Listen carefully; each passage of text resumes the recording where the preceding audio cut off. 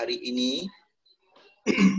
Dan insya Allah beliau akan memberikan kajian kepada kita semuanya.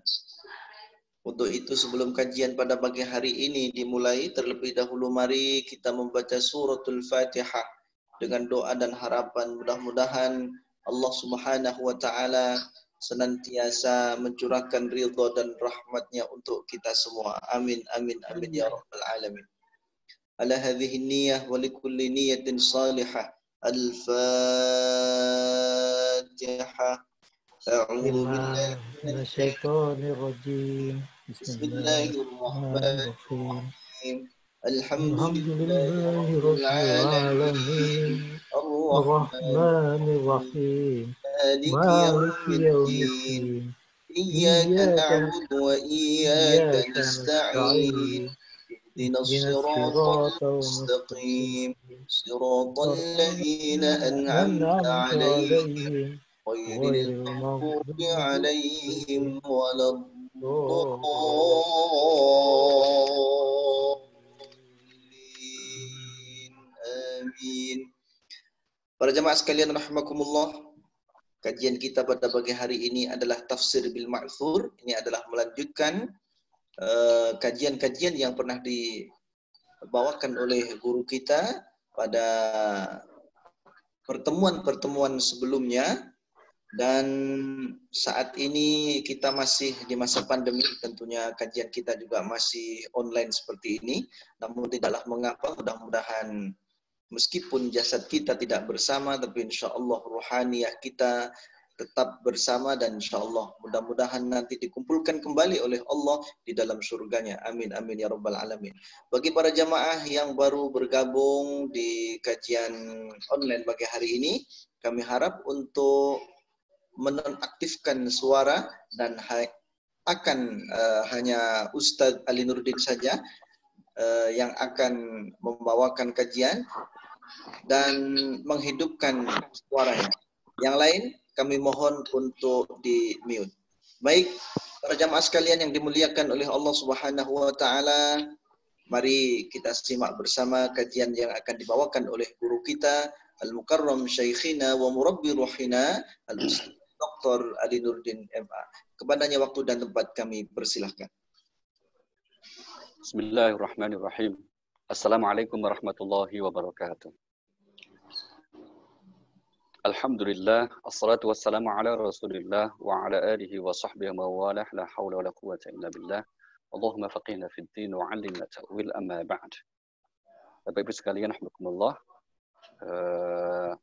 yang membuka mic kami insyaallah dengan Ustadz Rafiq yang akan seperti biasa membantu kita untuk membacakan sebagian ayat yang nanti akan kita kutip. Kali ini kita ingin menguatkan kembali dalam situasi yang masih pandemi, dan kita para ahli sekalipun juga belum tahu persis kapan ini akan berakhir, hanya di sisi Allah. Namun kalau kita sering dihimbau untuk bersabar, bersikap tabah dalam menghadapi pandemi, kali ini kita ingin bicara sebaliknya. Bagaimana agar kemudian kita senantiasa tetap dapat menghadirkan rasa syukur meskipun saat pandemi. Jadi syukur di dalam musibah yang saya kira mungkin kita akan renungkan ayatnya pada kali ini. Kenapa demikian? Mari kita lihat Al-Quran ya, di surah nomor 4, surah An-Nisa, pada ayat 147. Surah 4 ayat 147 Allah berfirman, A'udzubillahi minasyaitonirrajim, ma yaf'alullahu bi'adabikum in syakartum wa amantum wa kana Allahu syakiran 'alima. Itu bunyinya. Bismillahirrahmanirrahim. Allah tidak akan menyiksamu jika kamu bersyukur dan beriman, dan Allah Maha mensyukuri, Maha mengetahui. Iya, Allah tidak akan menyiksa kamu, tidak akan mengadab kamu jika kamu tetap bersyukur dan beriman kepadanya. Ini berarti apa? Apa yang menimpa kita, apakah itu musibah, bencana, wabah, kalau kemudian kita tetap dapat menghadirkan rasa syukur, maka insya Allah itu tidak akan menjadi bentuk azab dari Allah. Kira-kira begitu. Maka jangan dipahami bahwa kalau kita bersyukur berarti Allah akan selalu memberi kesenangan-kesenangan, tidak. Tapi apapun yang menimpa kita, khususnya kalau itu berupa musibah, maka musibah itu tidak akan menjadi bentuk azab dari Allah. Tapi apa? Itu akan menjadi berkah. Maka buktinya, misalnya apa? Rasulullah SAW. Kita yakin beliau pastilah manusia sempurna yang paling sempurna rasa syukurnya kepada Allah. Tapi kemudian bukan berarti selama hidupnya Rasulullah itu terus tidak punya masalah. Beliau pasti tetap punya masalah. Punya kesulitan. Bahkan juga tertimpa musibah. Bahkan juga tertimpa bencana. Misalnya bencana yang disebabkan oleh perilaku musuh-musuhnya. Bencana yang disebabkan kondisi, katakanlah, alam yang ada. Dan seterusnya. Tapi sekali lagi musibah itu ketika tetap disyukuri tidak akan berubah menjadi azab dari Allah Subhanahu wa taala. Inilah pentingnya kita tetap dapat menghadirkan rasa syukur kita kepada Allah meskipun kita sedang tertimpa wabah. Nah, pertanyaan selanjutnya adalah bagaimana kita tetap dapat menghadirkan rasa syukur sedangkan kita tertimpa musibah kok disuruh bersyukur kan gitu. Kita dapat mulai dari penegasan Al-Quran, di mana Allah Subhanahu wa Ta'ala menegaskan, kalau kita akan menghitung-hitung nikmatnya, tidak akan sanggup melakukannya. Mari kita lihat surah nomor 14, surah Ibrahim, ayat yang ke-34, di mana Allah berfirman, A'udzubillahi minasyaitonirrajim, wa atakum min kulli ma sa'altumuh, wa in ta'uddu ni'matallahi la tuhsuha. Innal insana ladzalumun kafar. Bismillahirrahmanirrahim. Dan Dia telah memberikan kepadamu segala apa yang kamu mohonkan kepadanya. Dan jika kamu menghitung nikmat Allah, niscaya kamu tidak akan mampu menghitungnya. Sungguh manusia itu sangatlah zalim dan sangat mengingkari nikmat Allah. Ya. Jika kamu akan menghitung nikmat Allah, nggak akan bisa. Kenapa? Saking banyaknya nikmat itu. Saking tidak terhingganya Allah. Maka meskipun kita sedang mendapatkan musibah, bencana, wabah, kalau kita ingin menghitung nikmat Allah yang lain, masih tidak terhitung. Tidak bisa.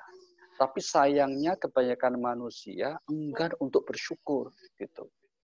Sehingga penutup ayat ini Allah mengatakan, sesungguhnya manusia kebanyakan zalim lagi ingkar. Zalim dalam konteks nikmat berarti menggunakan nikmat itu justru yang seringkali merugikan dirinya sendiri. Itu namanya zalim. Ingkar berarti tidak mensyukuri bahwa nikmat itu sebagai karunia-Nya. Ini yang pertama ya. Maka bagaimana caranya kita bersyukur di saat kita sedang menerima musibah seperti ini? Maka nomor satu adalah menyadari bahwa nikmat Allah itu masih begitu banyak. Bahkan kalau kita ingin menghitungnya, itu tidak akan sanggup melakukannya. Nah, nanti di ayat yang lain kita temukan nikmat Allah yang begitu banyak itu, kalau kita berusaha selalu bersyukur, maka Allah menerima kok syukur kita.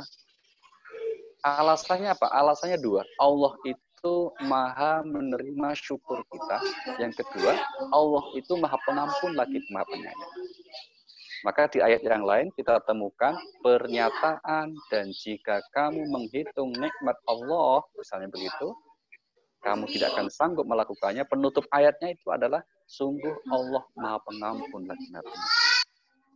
Ini di surah nomor 16, ayatnya yang ke-18.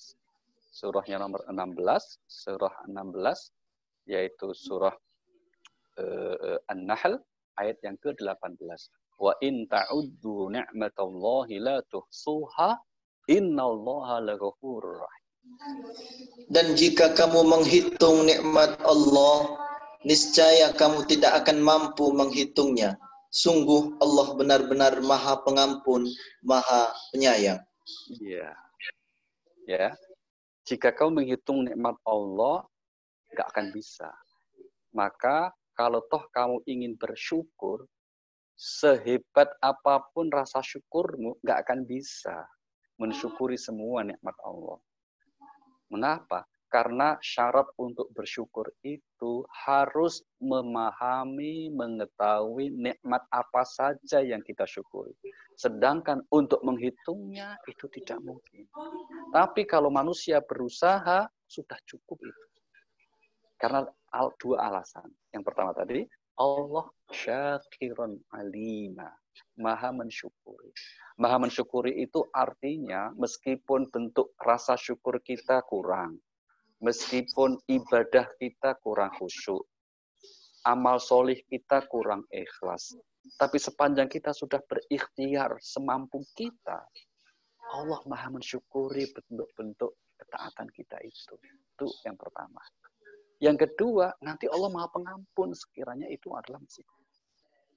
Maka kita juga harus punya keyakinan ya, keyakinan bahwa meskipun kita sadari kualitas ibadah kita itu tentu saja masing-masing orang berbeda dan umumnya pastilah kita sadari kurang. Tapi tetaplah kita meyakini bahwa meskipun kurang, insya Allah Allah akan tetap terima. Itu asal itu disertai dengan apa? Kesyukuran, rasa syukur kita. Ini alasan yang pertama. Atau cara yang pertama, yaitu apa? Kita menyadari menghitung-hitung nikmat Allah yang begitu banyak ya. Maka jangan pernah kehilangan bentuk syukur kita kepada Allah meskipun kita sedang tertimpa wabah, meskipun kita sedang tertimpa bencana. Termasuk jangan berkurang niat dan usaha kita untuk beramal soleh meskipun apalagi sedang dalam situasi seperti ini. Baik, itu yang pertama. Kemudian cara yang kedua, bagaimana kita tetap bersyukur di era di saat kita sedang tertimpa musibah. Yang kedua adalah tetap kita menjaga, menghadirkan dalam hati kita di samping rasa syukur apa? Selalu berusaha berprasangka baik kepada Allah Subhanahu wa taala. Ini hal yang sangat penting, tapi manusia sering lupa, yaitu menghadirkan prasangka baik kita kepada Allah Subhanahu wa taala. Ya, karena Allah sangat gembira ketika hambanya terus mau berprasangka baik kepadanya.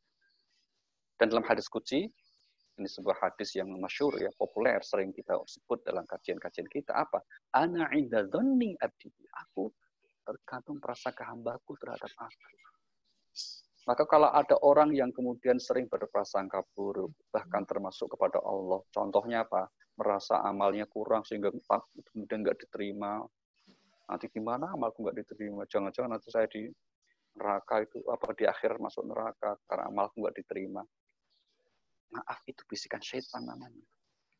Kenapa? Kenapa tidak kita berprasangka baik kepada Allah Subhanahu wa taala? Karena tadi Allah berfirman apa? Aku tergantung prasangka hamba-Ku terhadap aku. Sehingga kalau kita berprasangka baik bahwa wabah ini, kesulitan ini pasti ada membawa keberkahan untuk hidup kita.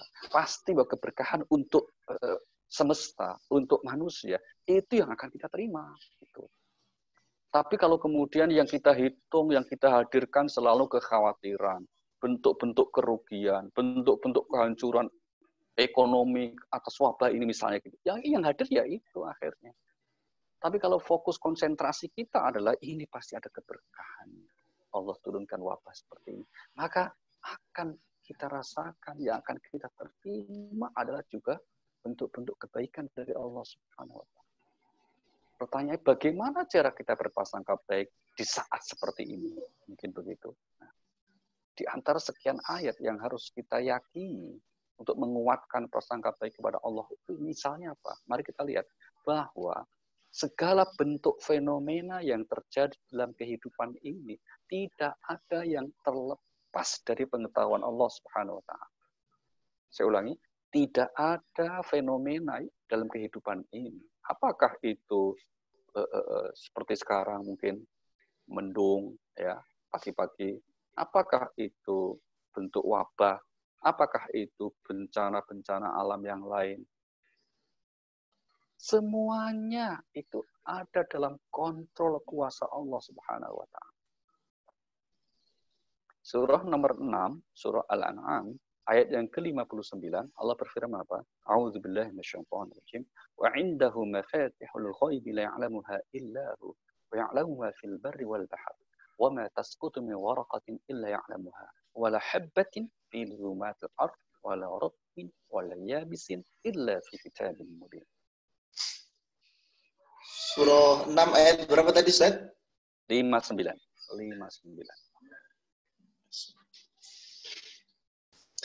Bismillahirrahmanirrahim. Dan kunci-kunci semua yang gaib ada padanya. Tidak ada yang mengetahui selain Dia. Dia mengetahui apa yang ada di darat dan di laut. Tidak ada sehelai daun pun yang gugur yang tidak diketahuinya. Tidak ada sebutir biji pun yang tidak ada sebutir biji pun dalam kegelapan bumi, dan tidak pula sesuatu yang basah ataupun yang kering yang tidak tertulis dalam kitab yang nyata, Lauh Mahfuz. Ya. Tidak ada sehelai daun pun yang gugur. Maksudnya apa? Tidak ada sesuatu fenomena sekecil apapun, seremeh apapun, yang menurut manusia itu tidak penting, remeh. Itu semuanya diketahui oleh Allah Subhanahu wa taala. Apalagi COVID-19 ini. Maka sekali lagi kita selalu menyampaikan bahwa jangan pernah sebagai seorang mukmin berpikir bahwa wabah ini dengan sendirinya berjalan. Wabah ini tanpa ada yang mengendalikan. Yaitu artinya apa? Tidak ada campur tangan Tuhan. Tidak mungkin. Allah katakan tidak ada sehelai daun pun yang gugur. Padahal di Arab sampai hari ini masih jarang ya. Tapi sekarang sudah mulai. Saat itu, yang namanya pohon-pohon itu kan jarang sekali. Artinya apa? Tidak terpikirkan oleh mereka tentang pepohonan itu. Karena jarang. Kalau kita kan setiap hari lihat dan banyak sekali. Kok kemudian Nabi menyampaikan itu ayat-ayatnya? Berarti apa? Allah ingatkan. Ada sesuatu yang menurut kalian itu tidak terpikirkan. Tapi itu pun juga diurus oleh Allah Subhanahu wa taala. Itu juga diketahui di bawah kontrol kuasa Allah Subhanahu wa taala. Maka kita mesti yakin bahwa segala apapun yang terjadi, yang maujud, fenomena apapun, sekecil, apalagi yang gede, semuanya adalah kuasa Allah Subhanahu wa taala. Maka kita mesti berprasangka baik kalau itu semuanya ada dalam kuasa Allah, itu semuanya atas ketetapan Allah, maka pasti ini ada keberkahannya. Ada kebaikan yang akan disampaikan oleh Allah bagi umat manusia khususnya dan bagi ciptaannya di makhluk ini pada umumnya di balik hal yang seperti ini. Ini cara kita berprasangka baik. Sehingga kemudian kalau kita lihat ayat yang lain misalnya di surah 64, surah At-Taghabun pada ayat yang ke-11 Allah berfirman apa? A'udzubillahi minasyaitonir rajim. Ma asaba min musibatin illa biidznillah. Wa man yu'min billah yahdi qalbah. Wallahu bikulli syai'in alim. Bismillahirrahmanirrahim. Tidak ada sesuatu musibah yang menimpa seseorang kecuali dengan izin Allah. Dan barang siapa beriman kepada Allah, niscaya Allah akan memberi petunjuk kepada hatinya. Dan Allah Maha mengetahui segala sesuatu. Ya, tidak ada satupun musibah yang terjadi menimpa, baik menimpa manusia maupun menimpa di bumi ini, kecuali atas izin Allah Subhanahu wa taala. Poin kita di situ. Ya kan? Jadi apa semuanya? Dan bagi yang beriman dengan keimanan yang benar, seperti tadi, yaitu keimanan, keyakinannya tentang segala sesuatu yang terjadi itu hanya karena izin Allah. Dan kemudian juga meyakini bahwa kalau Allah izinkan berarti itu ada kebaikannya. Yu'min billah yahdi qalbah. Maka Allah akan memberikan petunjuk kepada hatinya. Petunjuk apa? Petunjuk hidupnya akan terus ditambahi kebaikan. Hidupnya akan diliputi kebahagiaan. Karena apa? Karena hatinya diisi kebaikan. Ingat, Al-Quran menggambarkan hati itu seperti wadah ya. Wadah. Isinya apa? Tergantung kita.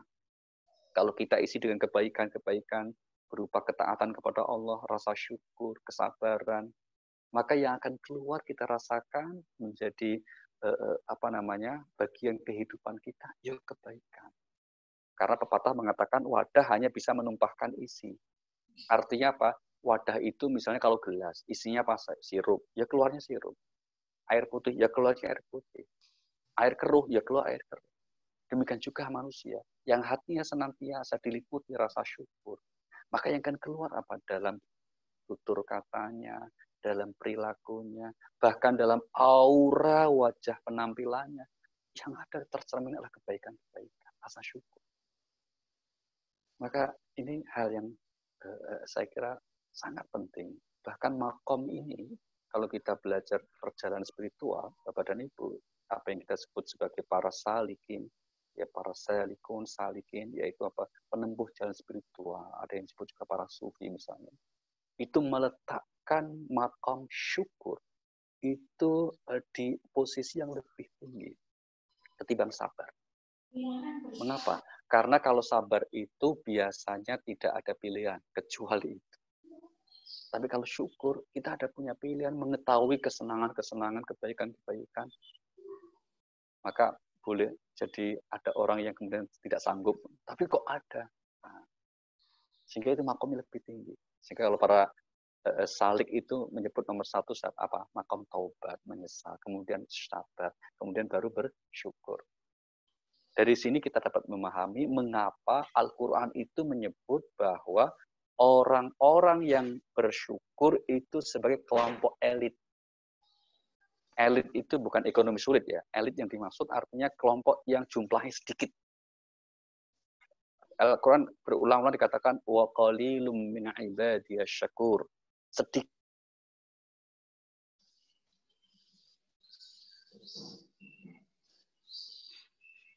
sekali hamba-hamba, tidak mudah. Manusia itu Masya Allah.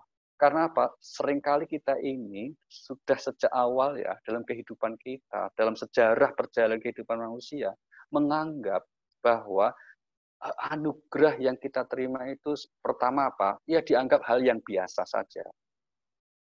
Yang kedua apa? Kalau toh kemudian ada satu bentuk anugerah yang menyenangkan kita, kita sering menganggap itu sebagai usaha kita, hasil jerih payah kita. Itu masalah paling berat.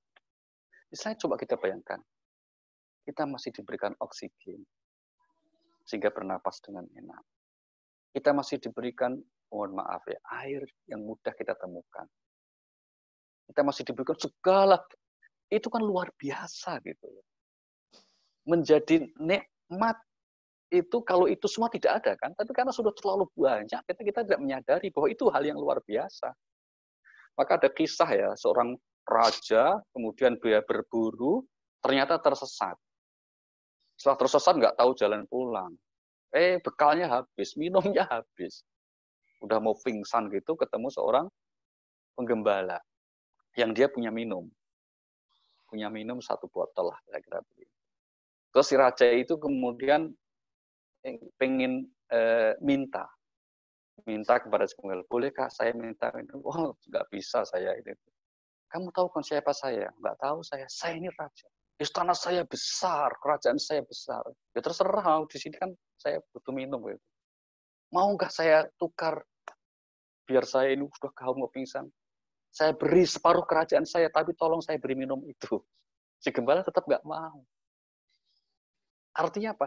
Di saat nikmat itu kemudian tidak kita peroleh atau tidak ada, maka menjadi sesuatu yang sangat berharga. Bayangkan, seteguk air minum demi menyelamatkan nyawa, ternyata ditukar setengah kerajaan atau bahkan 1 kerajaan pun tidak bisa. Maka ini nomor 1 ya, kenapa kita terus harus menghadirkan rasa syukur meskipun kita di tengah pandemi seperti ini? Karena manusia sudah terlalu terbiasa menganggap nikmat-nikmat Allah sebagai hal yang biasa saja, bukan luar biasa. Gravitasi bumi misalnya. Ya kenapa kalau dilempar kok jatuh ke bawah, sehingga kemudian kita jalan nyaman. Bayangkan nggak kalau kita misalnya di planet kita nggak ada gravitasi, tidak ada gravitasinya, kan orang mengambang semua, itu masalah. Nih, sehingga sekali lagi kalau sedikit Allah kemudian menurunkan pandemi, ya Allah. Nikmat yang lain itu masih begitu banyak. Dan wajar untuk kita syukuri. Maka kita tetap berprasangka baik kepada Allah Subhanahu wa taala agar kita menjadi diberkahi dalam hidup kita ini. Terus bagaimana agar kita juga tetap berprasangka baik kepada Allah Subhanahu wa taala? Berikutnya adalah meyakini bahwa Allah itu tidak akan pernah berbuat zalim kepada manusia. Ini berulang-ulang juga di Al-Qur'an. Tapi mari kita lihat contohnya di surah nomor 10, surah Yunus, ayat yang ke-44. A'udzubillahi minasyaitonir rajim. Innallaha la yadhlimun nasa syai'an, walakinnan nasa anfusahum yadhlimun. Bismillahirrahmanirrahim. Sesungguhnya Allah tidak menzalimi manusia sedikit pun, tetapi manusia itulah yang menzalimi dirinya sendiri. Bagaimana bentuk kedoliman manusia terhadap dirinya sendiri? Dalam kaitannya dengan syukur berarti apa? Menganggap anugerah yang diperolehnya itu semata-mata karena jerih payah. Itu salah satu bentuk kedolimannya. Saya ulangi, orang itu umumnya menganggap hasil yang dia peroleh itu semata-mata karena usahanya, semata-mata karena jerih payahnya. Lupa bahwa sebetulnya hakikat pemberi nikmat yang sebenarnya adalah Allah Subhanahu wa taala. Maka kita diajarkan apa? La haula wala quwwata illa billah.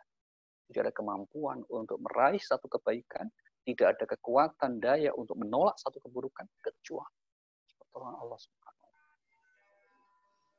Maka di Al-Qur'an ya kita temukan model contoh orang yang menzalimi diri sendiri. Dengan sebab apa? Dia menganggap kesuksesannya itu karena semata-mata jerih payah. Dan sampai hari ini masih selalu akan ada, bahkan sampai kiamat. Mari kita lihat, renungi ayat ini. Surah nomor 28, namanya surah Al-Qasas.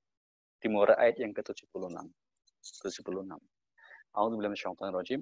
Inna qaruna kana min qaumi Musa fabagha 'alaihi. وآتيناه من الكنوز إن مفاتحه لا تنوء بالعصبة أولي القوة إذ قال له قومه لا تفرح إن الله لا يحب الفرحين. 28, 76.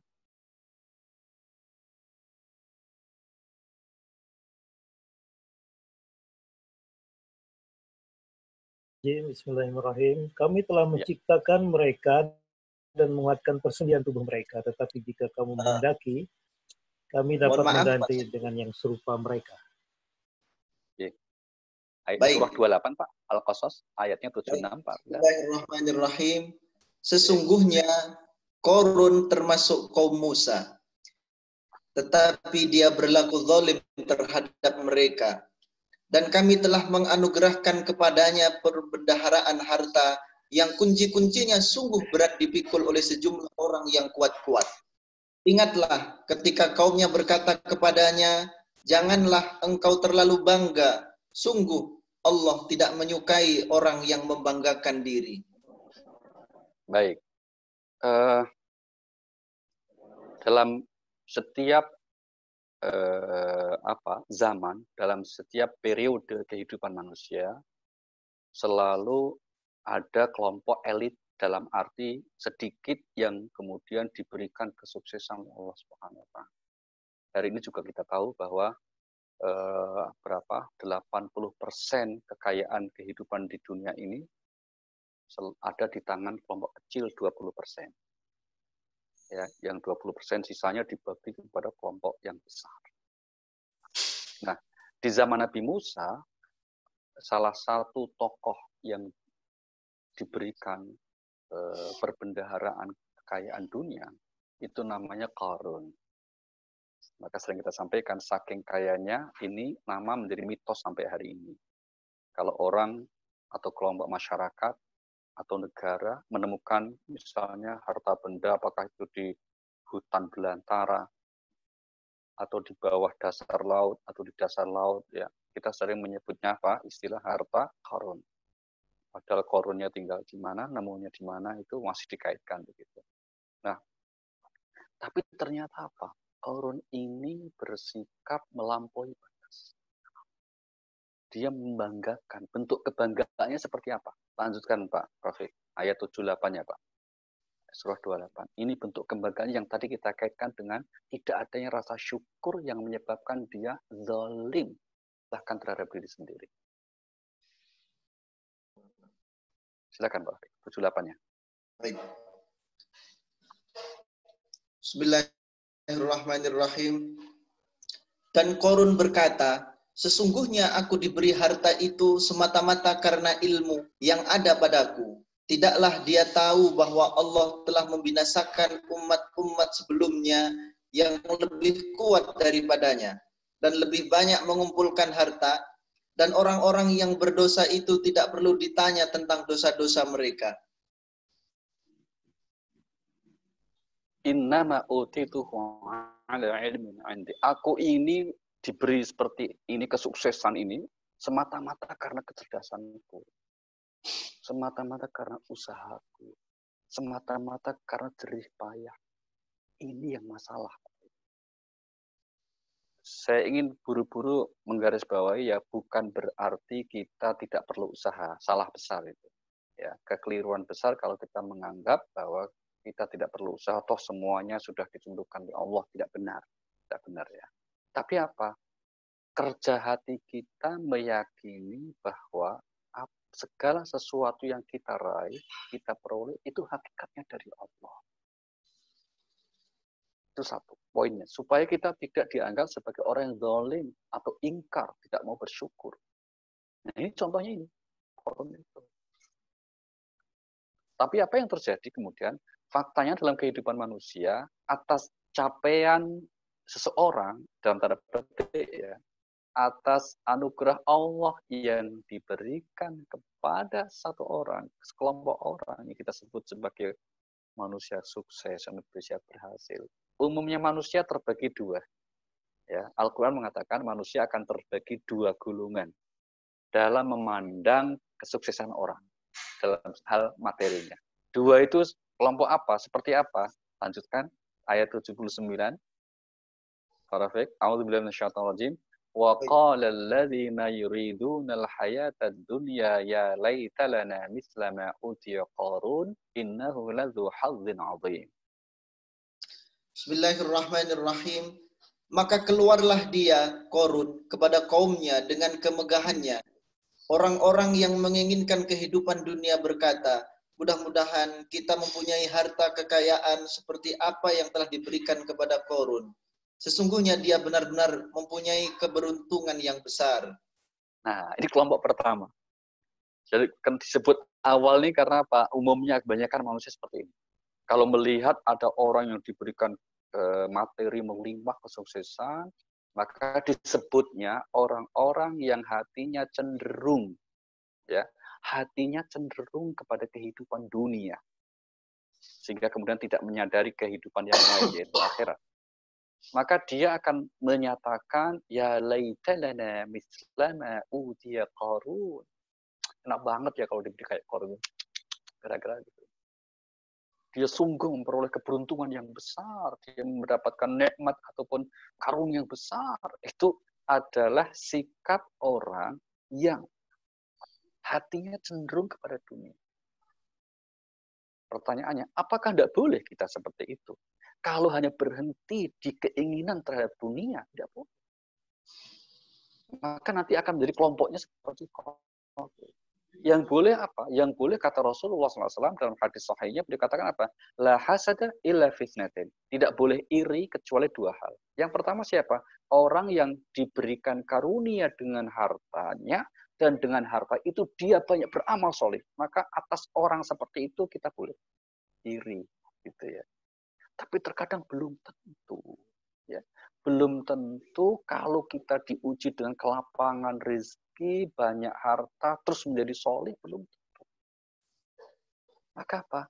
Nah, mudah-mudahan kita menjadi kelompok yang kedua, yang disebut di ayat 80-nya itu. Apa itu? Wa qala alladziina utul ilma. Bismillahirrahmanirrahim. Tetapi orang-orang yang dianugerahi ilmu berkata, celakalah kamu.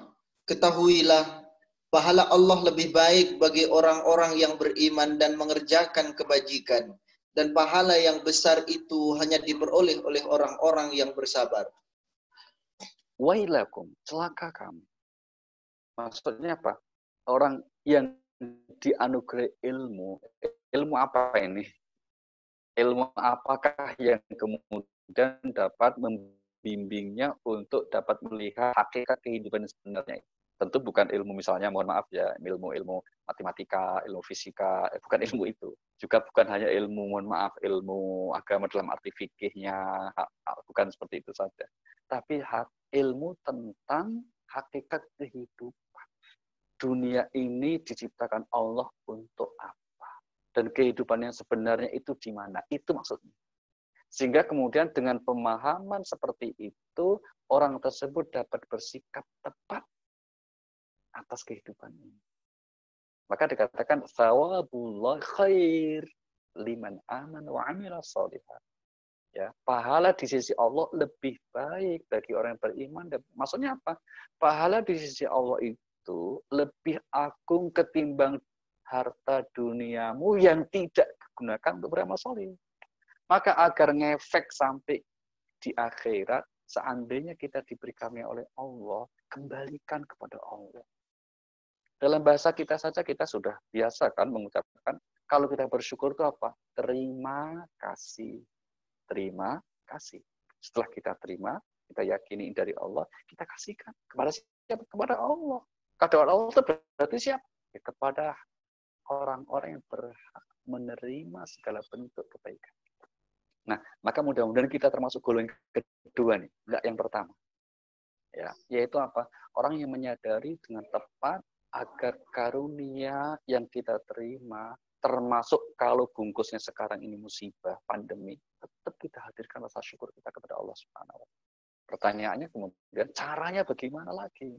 Nah, dalam konteks kalau kita diberi karunia ini, ya, maka jangan pernah kita melalaikan pesan-pesan Allah atas anugerah yang kita terima itu. Karena kalau sampai kita mengabaikannya, ya,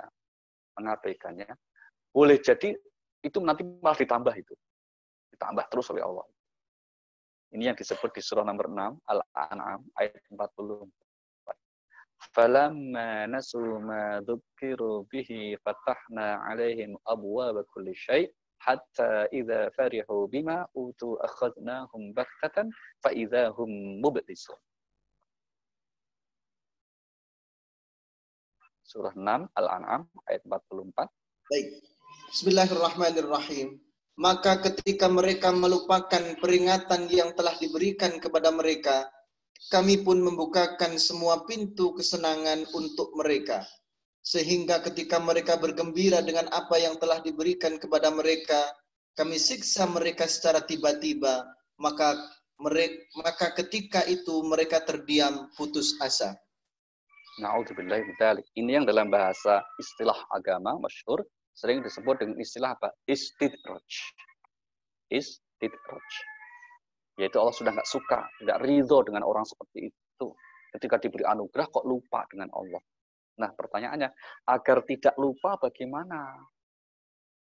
Nah, ini yang kemudian menarik sekali kebiasaan Al-Quran ya. Kita menyebutnya semacam uslub kebiasaan Al-Quran itu.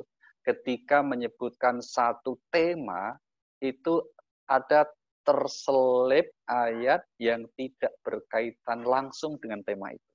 Biasanya begitu kebiasaannya. Tapi justru itu menjadi intinya. Sampai contoh, ini kasus lain misalnya, contoh misalnya ayat puasa. Itu kan cuma 4 ayat. Al-Baqarah 183, 184, 185, 187. Ayat 186 tidak bicara tentang puasa. Tapi terselip dia di antara ayat puasa. Demikian juga Qorun ini. Kisah Qorun itu dari surah 28 ayat 76, nanti sampai ayat 82. Tapi ada satu ayat yang nyelip itu, nggak bicara Qorun, yaitu ayat 77-nya. Ya, ini dari inti pelajaran paling penting dari kisah Qorun ini. Dan itulah pilarnya. Kalau kita ingin anugerah Allah yang kita terima tidak menjadi bencana, azab, tapi menjadi berkah. Apa itu? A'udzubillahi minasyaitonirrajim. Wabtaghi fima atakallahu darul akhirah wa la tansa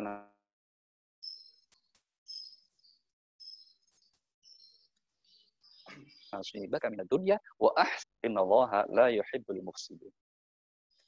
Bismillahirrahmanirrahim.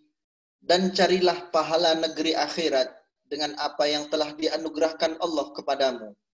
Tetapi janganlah kamu lupakan bagimu di dunia, dan berbuat baiklah kepada orang lain sebagaimana Allah telah berbuat baik kepadamu. Dan janganlah kamu berbuat kerusakan di muka bumi, sungguh Allah tidak menyukai orang-orang yang berbuat kerusakan. Iya, ada 4 pilar nih ya, 4 pilar. Yang pertama apa? Agar anugerah Allah itu tetap menjadi berkah. Luruskan niatmu. Bahwa apa yang kita terima hakikatnya itu adalah untuk kebahagiaan akhirat. Nomor 1. Berarti apa? Jangan pernah kita menghadirkan niat dalam hati kita semata-mata untuk mengumpulkan harta benda di dunia ini untuk kesenangan di sini, jangan. Tapi orientasikan itu untuk kebahagiaan di akhirat. Nomor 1. Dan ini penting sekali. Sehingga untuk kita mendorongnya, terutama anak-anak kita yang sedang misalnya apa ya, bekerja, workaholic gitu ya, bekerja sampai kemudian misalnya ketagihan untuk kerja, misalnya gitu, itu baik-baik saja, tapi jangan lupa luruskan niat. Ya, luruskan niatnya apa? Yaitu ini untuk kebahagiaan, kemaslahatan di akhirat. Sungguh rugi kalau orang itu hanya bekerja untuk kehidupan di dunia saja. Karena Pak, berarti dia ingin ya atau melakukan sesuatu yang pada akhirnya akan hilang. Pada akhirnya akan ditinggal. Karena di sini bukanlah tempat kita yang sebenarnya. Kampung halaman kita yang sesungguhnya itu akhirat. Surah nomor 29 Al-Ankabut ayat 64 menegaskan prinsip itu. Wa inna daral akhirah lahiyal hayawan. Lau kanu ya'lamun. Bismillahirrahmanirrahim. Dan kehidupan dunia ini hanya sendau gurau dan permainan. Dan sesungguhnya negeri akhirat itulah kehidupan yang sebenarnya, sekiranya mereka mengetahui. Tuh. Sesungguhnya kehidupan akhirat itulah kampung yang benar, sekiranya manusia mengetahui. Sehingga apa? Mohon maaf, kalau orang hanya orientasi di sini berarti bodoh, tidak pinter seperti yang disebutkan di ayat yang tadi, ayat 79 atau 80 tadi. Karena apa? Berarti hanya berorientasi kehidupan yang sifatnya sementara, sebentar, melupakan yang sempurna, yang abadi. Maka nomor 1 pesan Allah apa? Carilah kebahagiaan hidup di akhir. Berarti apa? Aspek niat kita. Kita tidak membagi, mohon maaf ya, pada persoalan hanya urusan dunia dan agama itu pada aspek lahiriahnya, perbuatannya enggak. Seorang yang bekerja dengan baik dan niatnya untuk mencari karunia Allah agar melaksanakan kewajiban yang baik, itu urusan akhirat. Sebaliknya, mohon maaf, seseorang yang misalnya apa kelihatannya beribadah ya, ritual gitu, tapi kok niatnya ingin mendapatkan li'ajli dunia, termasuk dari pujian orang, termasuk mohon maaf misalnya apa balasan atau pemberian materi dari orang, itu meskipun kelihatannya urusan agama, ibadah, tapi sebetulnya itu bukan untuk akhirat, tapi untuk dunia.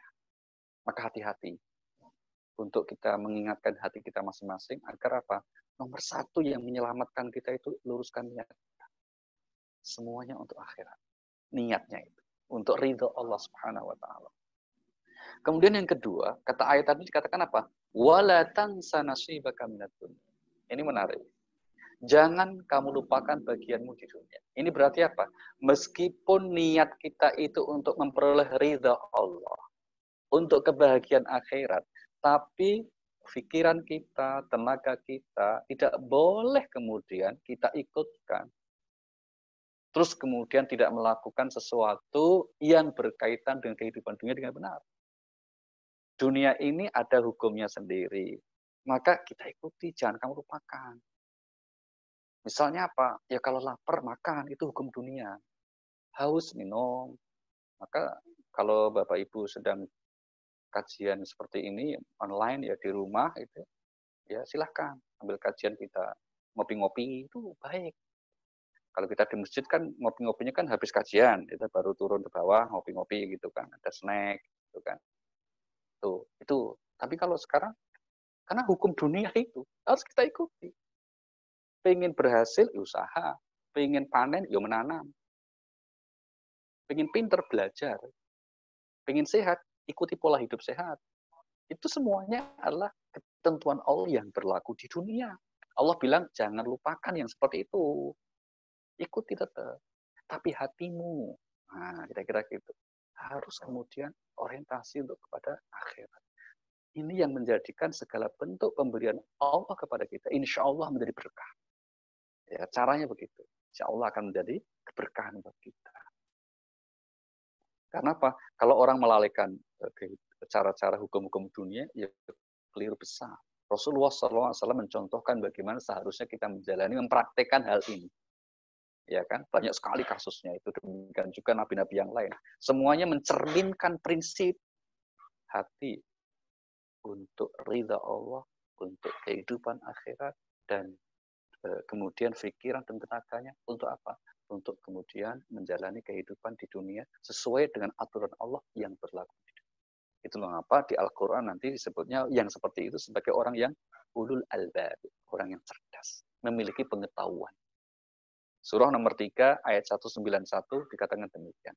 Yang disebut ulul albab itu siapa? Inna fi khalqis samawati wal ardi wa ikhtilafil laili wan nahar la ayatin lil albab alladzina yadhkuruna Allaha qiyaman wa qu'udan wa 'ala junubihim wa yatafakkaruna fi khalqis samawati wal ardi. Bismillahirrahmanirrahim. Yaitu orang-orang yang mengingat Allah sambil berdiri, duduk, atau dalam keadaan berbaring. Dan mereka memikirkan tentang penciptaan langit dan bumi, seraya berkata, Ya Allah, ya Tuhan kami, tidaklah Engkau menciptakan semua ini sia-sia, Maha suci Engkau, lindungilah kami dari azab neraka. Iya, ya. Itu orang-orang yang hatinya selalu mengingat Allah, selalu berharap keridhaan Allah, selalu ikhlas demi semata-mata untuk Allah. Dan pikirannya untuk memikirkan ciptaan Allah, tenaganya untuk melakukan kehidupan yang sehari-hari. Itu yang disebut orang yang pintar. Maka disebut tidak pintar, misalnya apa? Karena keyakinannya, husnudzonnya kepada Allah, kok mengabaikan aturan dunia, itu nggak pintar namanya. Contoh misalnya seperti sekarang ini. Kalau orang yakin, wah Allah maha kuasa, Allah yang menjaga kita, terus nekat gitu. Menerabas protokol COVID, menerabas aturan-aturan yang secara umum telah disampaikan oleh para ahlinya, tidak benar. Ini yang kedua ya. Nah yang ketiga, agar pemberian Allah yang kita terima menjadi berkah, apa kata Allah di surah 2 tadi, 2877 tadi? Wa ahsin kama ahsanallahu ilaik. Berbuat baiklah seperti Allah telah berbuat baik kepadamu. Saya ulangi, berbuat baiklah sebagaimana Allah telah berbuat baik kepadamu.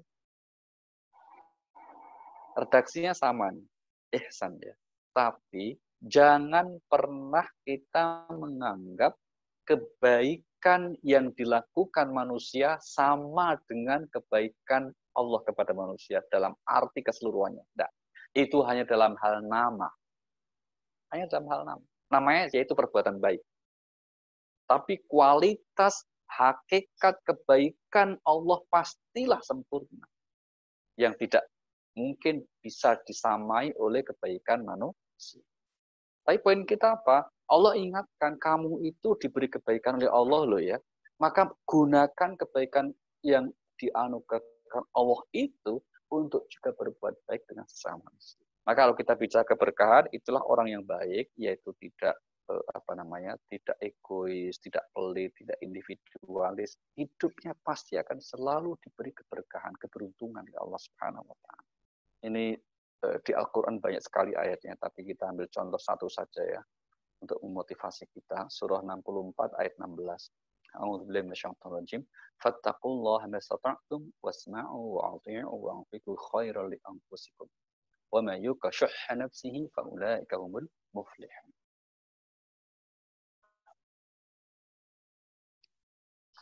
Surat 64, Ustaz.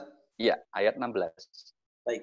Bismillahirrahmanirrahim. Maka bertakwalah kamu kepada Allah menurut kesanggupanmu dan dengarlah serta taatilah. Dan infakkanlah harta yang baik untuk dirimu, dan barang siapa dijaga dirinya dari kekikiran, maka itulah orang-orang yang beruntung. Nah, kalimat terakhir. Barang siapa yang dijaga dirinya dari kekikiran, mereka itulah orang-orang yang beruntung. Ya, yang dipelihara, yang dijaga dari kekikiran, berarti apa? Selalu berusaha berbuat baik, menjadi manfaat buat sesama. Mereka itulah yang akan diberi keberuntungan, diberi keberkahan dalam hidup. Dan yang terakhir, pesan Allah agar pemberian itu menjadi sebuah keberkahan. Jangan kamu gunakan untuk berbuat kerusakan.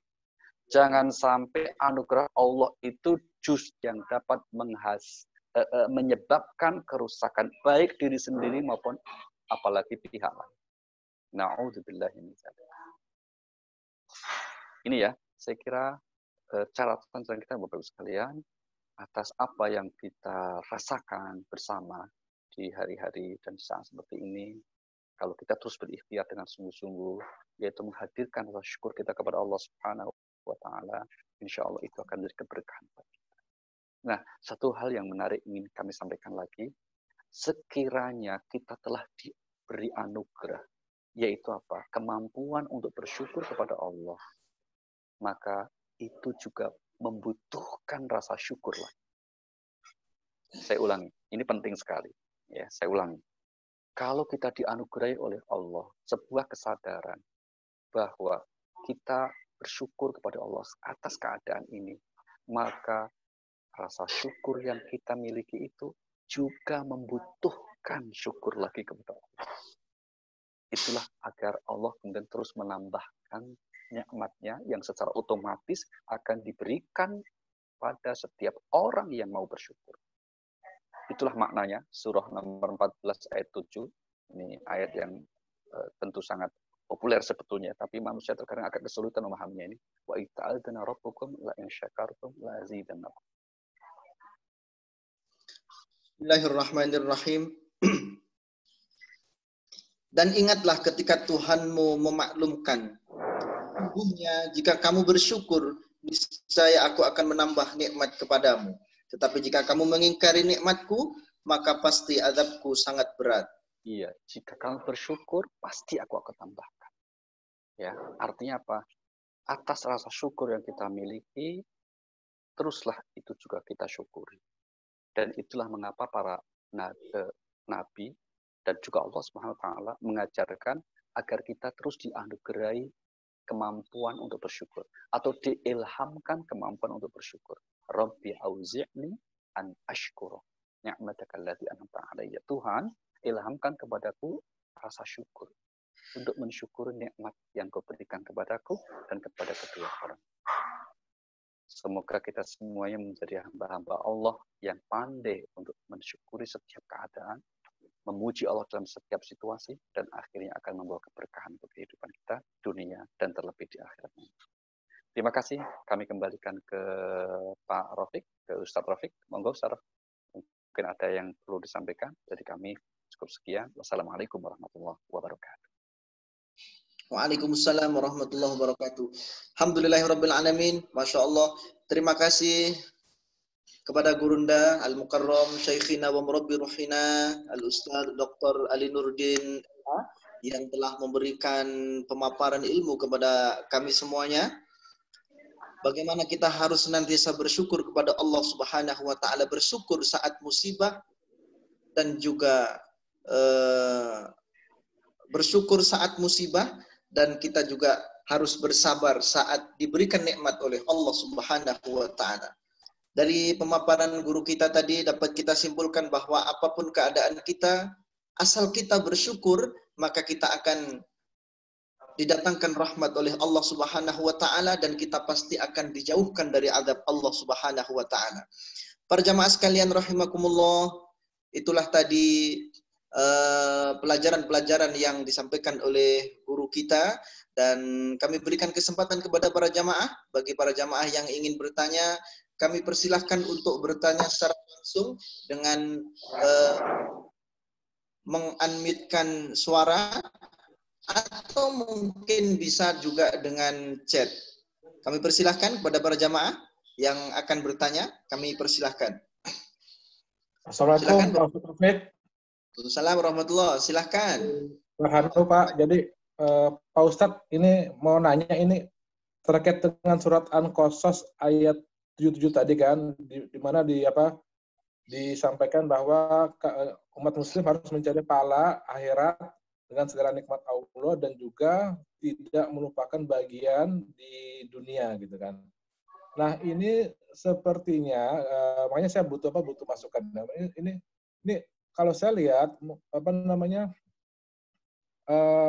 umat muslim kan sepertinya ini kurang tidak semaju umat-umat yang non muslim terutama untuk bangsa-bangsa Eropa gitu kan. Maksudnya bagaimana kita menyikapi hal ini gitu kan, bahwa Allah menyuruh kita untuk mencari akhirat dulu tapi tidak melupakan dunia.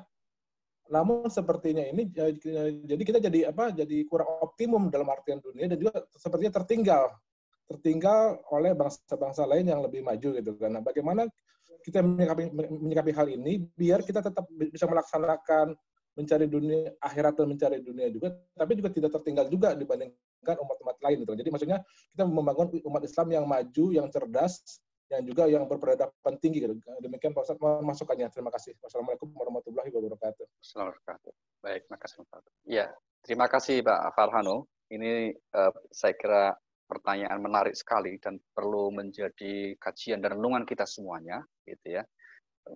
Salah satu asumsinya adalah umat ini mungkin menyalahpahami tentang ayat ini, sehingga kemudian mereka atau umumnya kita mencari akhirat itu dalam bentuk fokus hanya ibadah, ritual.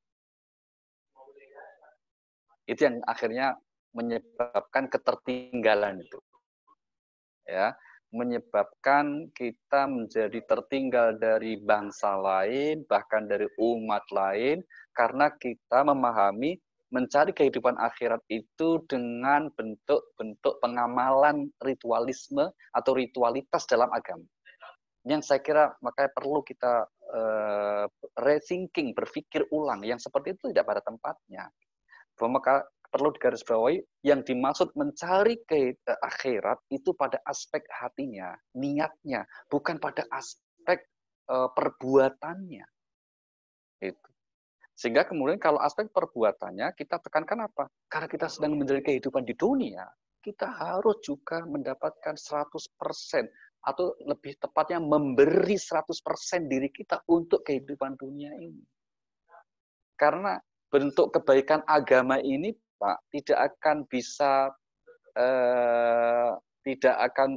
kita rasakan, tidak akan bisa menjadi sebuah rahmat bagi seluruh alam kalau kita tidak berhasil menggenggam kehidupan dunia ini. Maka kalau kemudian faktanya sekarang umat Islam jauh tertinggal dari bangsa lain, ini salah satu sebabnya karena kekeliruan kita dalam memahami konsep ini. Sehingga umat umumnya termasuk memahami pelajaran agama misalnya, itu lebih sibuk dengan ritualitas. Ini yang saya kira harus kita koreksi bersama. Sehingga kemudian kita bisa merujuk kepada tuntutan dan tuntunan dari ayat yang lain di mana Allah perintahkan kita untuk bekerja keras. Misalnya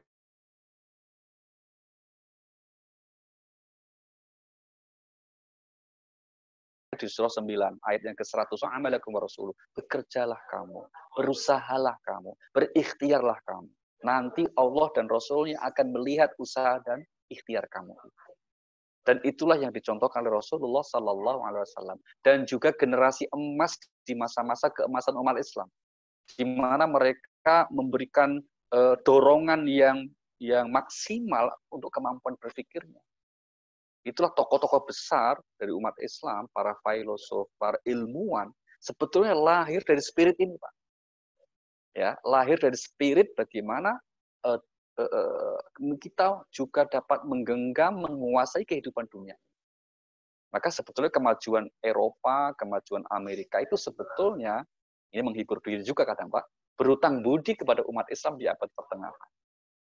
Itu ya, berutang budi terhadap tokoh ulama-ulama Islam yang mereka pada mulanya menguasai itu. Nah, kenapa kok kemudian mundur? Nah, salah satu penyebabnya, saya kira atau umumnya para ahli menyatakan itu karena kita memahami secara kurang tepat orientasi kehidupan akhirat hanya sebatas bentuk ibadah ritual. Ini yang harus kita koreksi. Bahwa kerja keras seorang ilmuwan di laboratorium itu adalah juga urusan akhirat, bukan urusan dunia. Bahwa bekerja keras seorang misalnya ahli dalam misalnya apa pertanian, ahli dalam sains, itu dalam agama aslinya adalah urusan akhirat, bukan urusan dunia.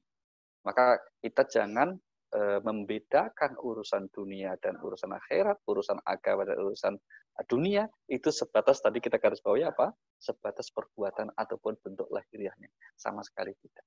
Nah, ini yang menjadi PR kita semua itu, Pak, saya kira. Bagaimana nilai spiritualitas agama ini mendorong umatnya, kita umat Islam, untuk juga dapat menguasai, menaklukkan kehidupan dunia ini.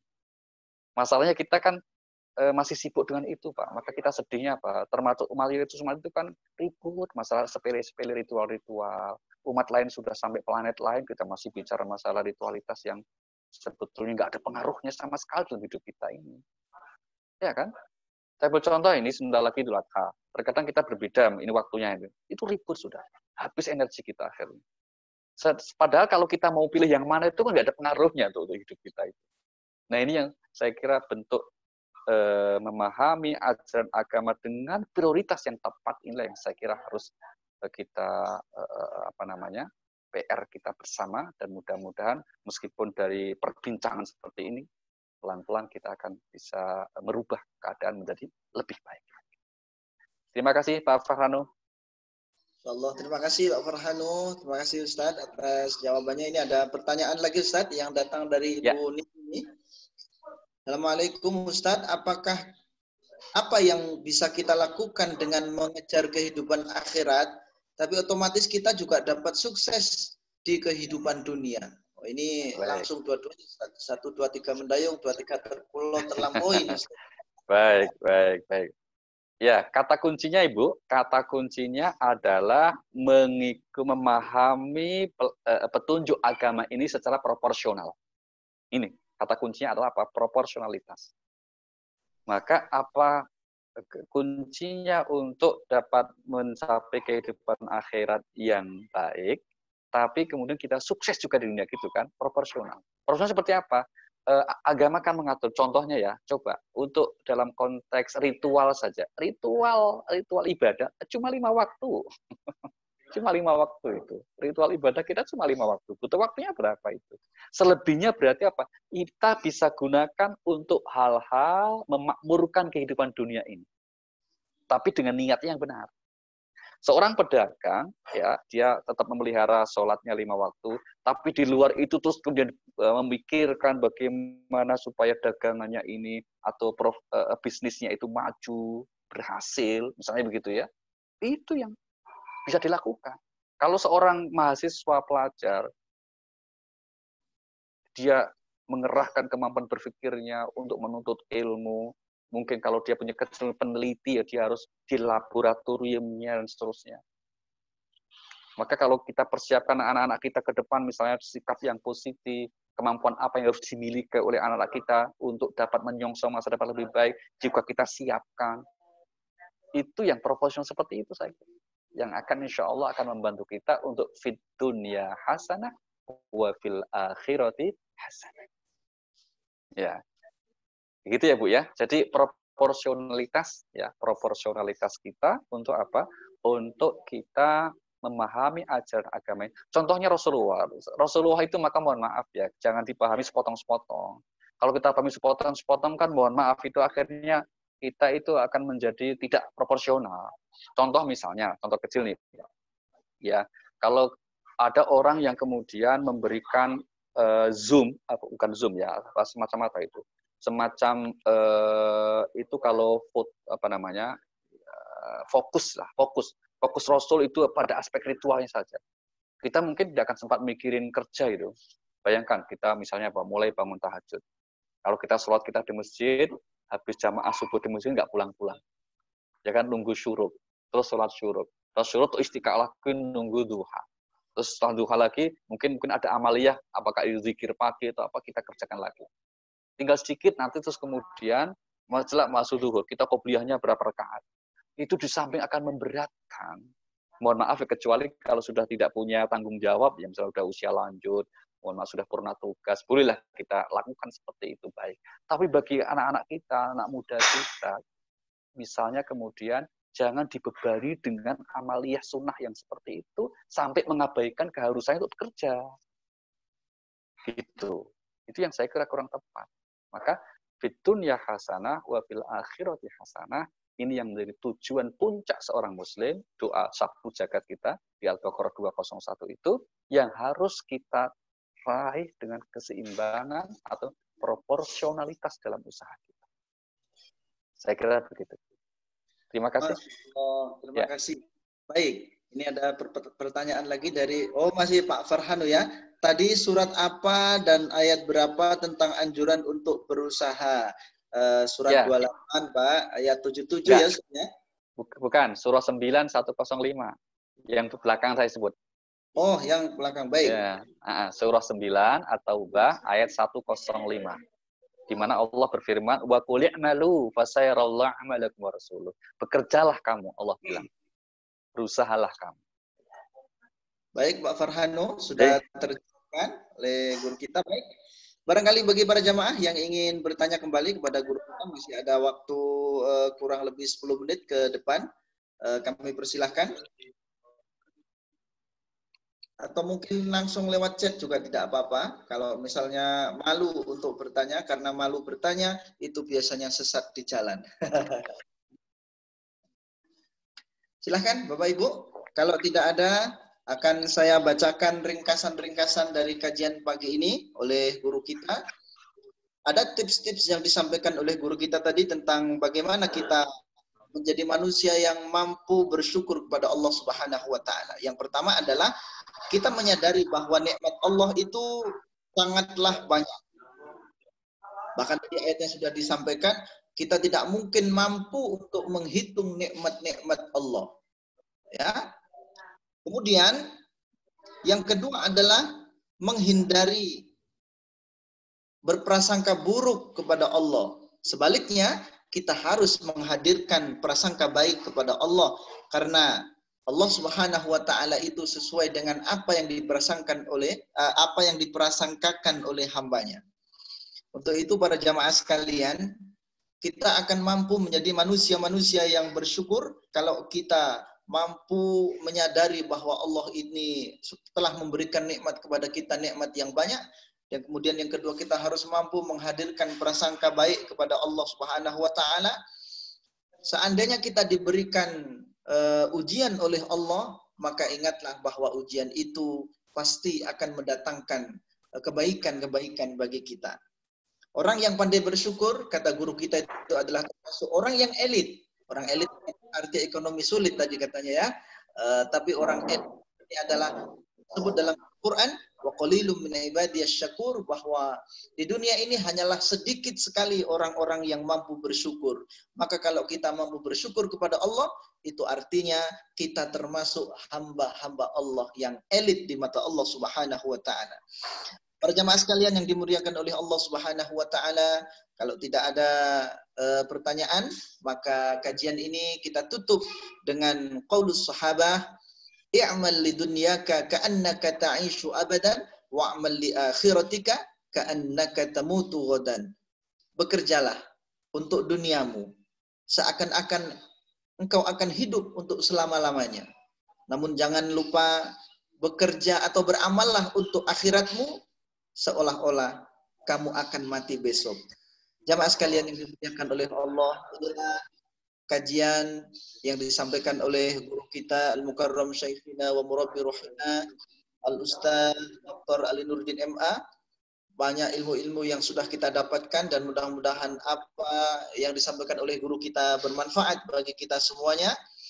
Mari kita tutup kajian kita pada pagi hari ini dengan bersama membaca doa kafaratul majalis dengan doa dan harapan mudah-mudahan Allah Subhanahu wa taala memberikan ridho dan mengampuni segala dosa-dosa dan kesalahan-kesalahan kita. Subhanakallahumma wa bihamdika asyhadu an la ilaha illa anta astaghfiruka wa atubu ilaik. Sallallahu ala sayyidina Muhammadin nabiyil ummi wa ala alihi wa sahbihi wa baraka wasallam. Walhamdulillahi rabbil alamin. Jamaah sekalian, terima kasih banyak, Masya Allah Ustaz. Terima kasih. Mudah-mudahan berkah untuk kita semuanya, Ustaz. Amin, amin. Terima kasih banyak. Assalamualaikum. Kami infokan sebelum kajian ini betul-betul ditutup, kami dari DKM mengaturkan terima kasih yang sebanyak-banyaknya dan kami mengajak kepada seluruh para jamaah, mari kita berinfak, sedekah dan membayar zakat di Masjid Taman Puri Bintaro, karena saat ini Masjid Taman Puri Bintaro sudah menjadi badan resmi dinaungi oleh LAS RBJ. Untuk itu salurkan zakat kita di Masjid Taman Puri Bintaro, infak sedekah di Yayasan Masjid Taman Puri Bintaro di nomor rekening 971226862. Dan ini adalah Bank Permata Syariah. Baiklah para jamaah sekalian, saya atas nama pribadi mohon maaf yang sebesar-besarnya apabila ada kekurangan. Wallahul muwafiq ila aqwamit thariq. Insyaallah besok kajiannya akan diisi oleh guru kita Al-Mukarram Al-Ustaz Dr. Ar-Razi Hashim. Jamnya adalah jam 19.30, jadi bukan pagi tapi ba'da salat Isya. Mudah-mudahan kita semua bisa hadir untuk mengikutinya. Terima kasih pada guru kita yang mulia Al-Mukarram Al-Ustaz Dr. Ali Nurdin MA atas ilmu-ilmu yang sudah disampaikan kepada kita. Wallahul muwaffiq ila aqwamit thariq. Pak Marjana. Oh iya, baik. Mohon maaf Bapak Ustadz, saya menyampaikan salam dari Pak Marjana untuk Ustadz Ali Nurdin dan semua jamaah yang hadir. Beliau izin tidak bisa hadir karena ada acara, Ustadz. Tadi menyampaikan secara khusus karena biasanya baca terjemahan Pak Marjana. Iya, terima kasih Pak Mar. Baik. Terima kasih semuanya. Masya Allah. Assalamualaikum warahmatullahi wabarakatuh. Waalaikumsalam warahmatullahi wabarakatuh. Terima kasih semuanya. Waalaikumsalam. Terima kasih Ustaz. Sama-sama Pak. Terima kasih semuanya.